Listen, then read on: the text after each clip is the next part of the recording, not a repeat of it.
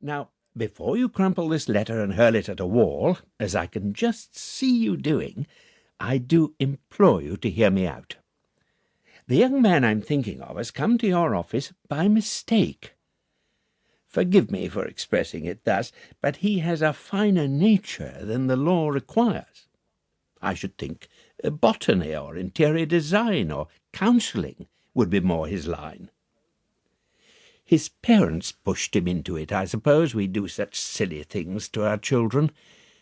Frankly, it's like watching a butterfly trying to be a wasp. This is the early stages of a human tragedy which could be averted. Still with me? Good. I appeal to you, Sexton. Speak to the boy. Ask him what he really wants to do in life, and then encourage him. Fire him if need be. Now, touched as I am by your concern for me, as usual expressed with your own inimitable sensitivity, I must tell you on this occasion to take a running jump. My mind is made up.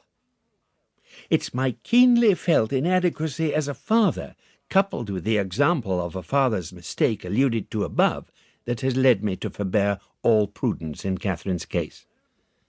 I am aware of the risk. But what sort of answer would it be to one of the great questions of life if puny concern for my comfort alone made me reluctant to help my child? Yours, Julius. P.S. Bowls by all means. Dear Daddy, are you sure this is such a good idea?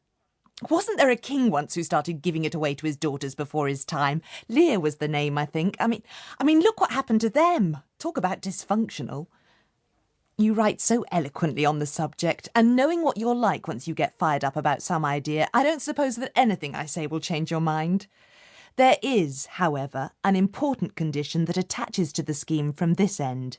The investment, as you put it, will make you the major shareholder in Kate's winery. I want all that properly laid out in contracts and so on.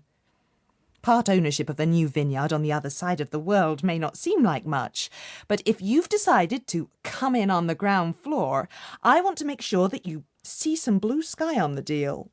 I think that's how they say it in business. Seriously, Daddy, this idea of yours, are you sure? Wouldn't it be sensible to reconsider? It is wonderful of you to offer your support like this, and it would make everything easier and quicker here. What an unexpected thing to do at your time of life. How very entrepreneurial.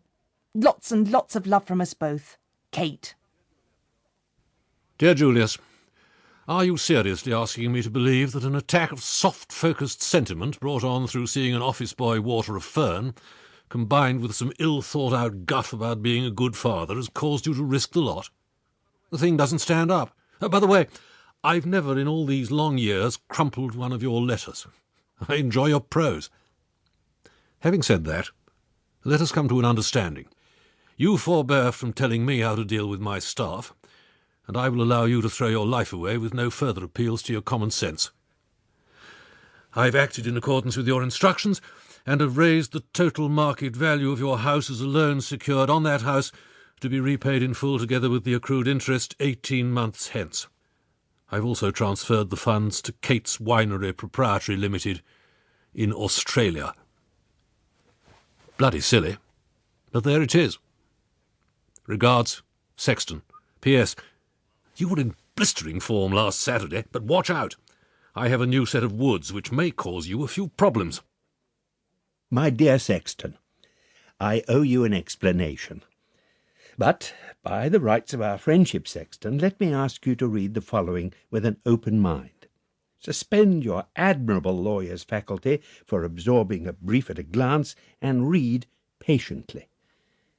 Sitting comfortably, as they say in the stories? This is what happened. At 4 a.m. one summer morning, I woke up in quite a different way. My eyes opened, and I was aware of my body rising from the bed. My body, apparently functioning under its own volition, not pausing to consult my wishes, stepped purposefully into the bathroom, turned on the cold tap, and put in the plug. I noticed a new vividness in the stained...